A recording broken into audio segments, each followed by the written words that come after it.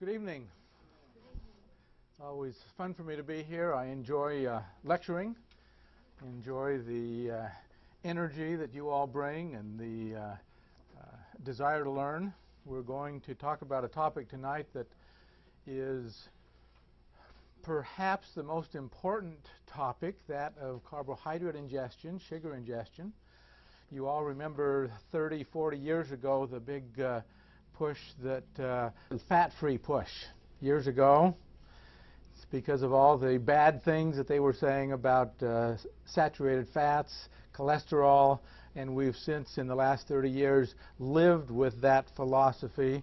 Of course, once you start eliminating fat, then you start adding carbohydrates. As you look at we only have three options of things to eat: fats, carbohydrates, and proteins. There isn't anything else. Proteins have a pretty standard and fairly low need for our bodies. So that means everything else needs to rotate around fats and carbohydrates. So when the United States decided to take a stance which had very little to no research support, and did really an experiment on the American public called Fat is Bad, so that means we substituted carbohydrates for fat. And what's happened in the last 30 years as far as weight and health in the American people? Health has gone down, weight has gone up, and we see the product of that philosophy, that experiment, with still, 30 years later, no research support.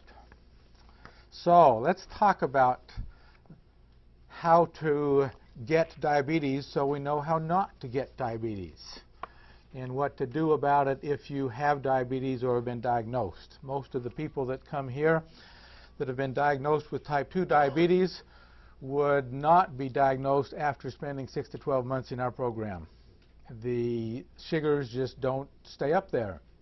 Unfortunately, as most of you know, once you've been diagnosed with a condition, a chronic condition, you cannot get rid of that condition.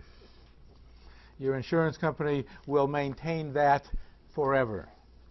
But what we're going to talk about tonight is how to avoid getting there, and if you're there, then from a health standpoint, let's get rid of it. First of all, we're going to talk about how we digest food, because that's an important part of this whole process. We'll do it quickly and then move into what happens with sugar intake, what happens with real food intake. So, we take in food. The first place is the mouth. It really just has two things that it does. It chews the food, and if you don't chew the food, then some of the food's just going to go right on through. It's real tough for the pancreatic enzymes and the gastric acid to dissolve that carrot. If you don't chew the carrot, if you don't chew the raw food and chew the meats, it's not going to be digested. You are not going to get the nutrients. So it starts with the mouth. Enzymes, there's a limited amount of enzymes in the saliva. So then we chew it and we swallow it. We're going to talk a little later about some 6 rules of eating, and that is we should be chewing until the food is liquid, so that we're swallowing liquid. Now, we have a bunch of boys. We raised a bunch of boys. And if you've tried to tell boys to chew their food, did absolutely no good, right? Didn't do any good.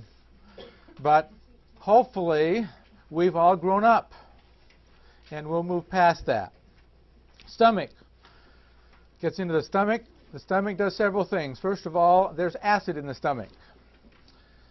The acid is designed to break down specific food nutrients. So what happens when we take our Prilosec and our Acifex and we reduce the acid that's in the stomach? No more digestion of food. At least the piece of the digestion that's supposed to take place in the stomach now cannot take place because we've reduced the acid content. What happens in the stomach is it's a muscle. It just sits there and churns the food. The food has to become a certain amount of liquid and a certain pH, a certain amount of acidity, before the stomach will release it. Let's see, liquid, that's everything in the stomach. It releases it out of valve, and at the very beginning part of the small intestine, there's a little tiny tube that's coming from two organs. One's the bile coming from the gallbladder, and the other is the pancreatic enzymes coming from the pancreas. Let's talk about the gallbladder. The liver forms bile.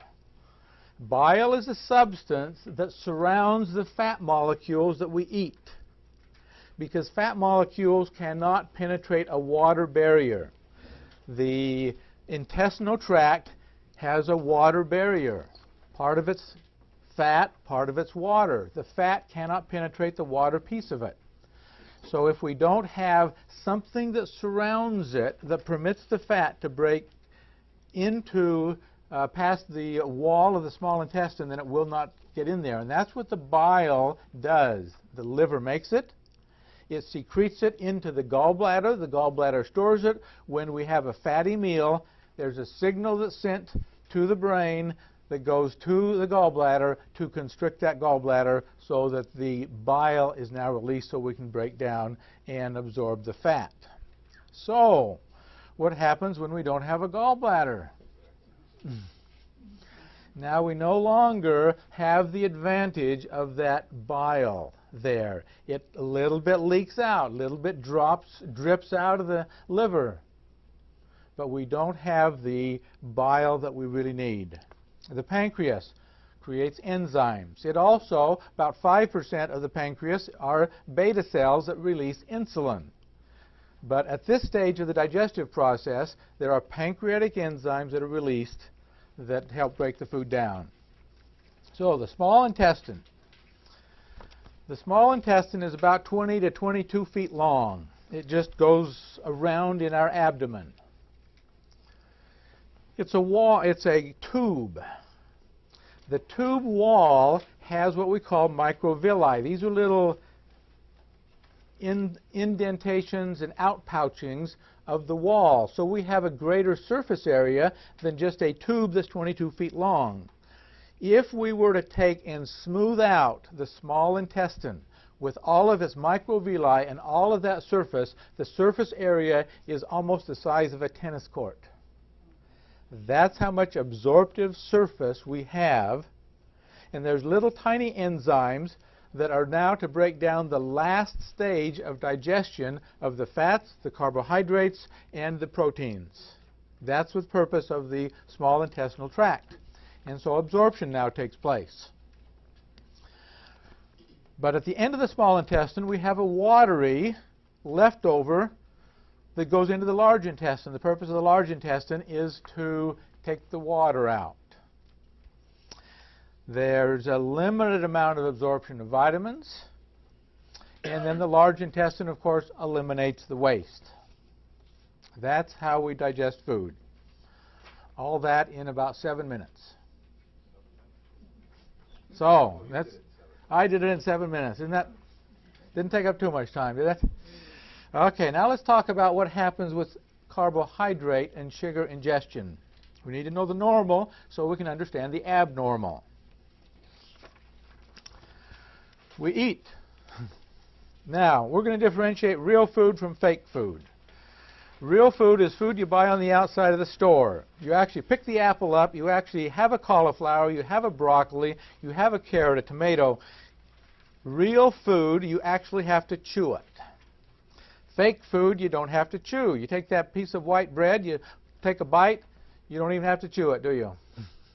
It'll melt in your mouth, just like those old M&Ms. Remember the old M&Ms melt in your mouth, not in your hand?